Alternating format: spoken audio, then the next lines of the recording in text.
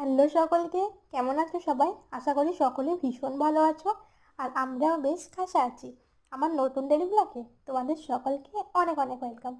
আজকে গিয়েছিলাম একটু শপিং মলে কিছু কেনাকাটা করার জন্য, কারণ সামনেই সরস্বতী পুজো।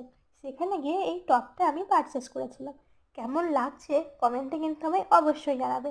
শপিং মল থেকে গিয়েছিলাম গঙ্গার ধারে কিছু একা সময় কাটানোর জন্য। জীবনে কখনো কখনো একা সময় কাটানোটাও অনেক জরুরি। তারপর বাড়ি এসে ভাবলাম ঘরের লুকটা টানা 1 বছর ধরে একই আছে। তাই ভাবলাম ঘরের লুকটা একটু চেঞ্জ করা যাক। তাই ঘরের জিনিসপত্রগুলো সব এদিক থেকে ওদিক করে দিয়েছিলাম। কিন্তু তারপরে ভাবছি ঘরের আগের লুকটাই বোধহয় বেশি ভালো ছিল, কারণ এই লুকটা না খুব একটা মানাচ্ছে না। আমার মতে ঘরের লুক প্রতি বছরে অন্তত 2বার হলেও চেঞ্জ করা দরকার। এতে মাইন্ডও খুব ফ্রেশ থাকে। তাই ভাবলাম এই লুকটার সাথেই না হয় কিছুদিন মানিয়ে নেওয়া যাক, তারপর না হয় আবার চেঞ্জ করা যাবে। আর ঘরের দেয়ালে রেখেছিলাম কিছু পুরনো আর মধুর স্মৃতি। তোমরা আমার ঘরের কোন লুকটা বেশি সুন্দর লাগছে কমেন্টে আমায় অবশ্যই জানাবে।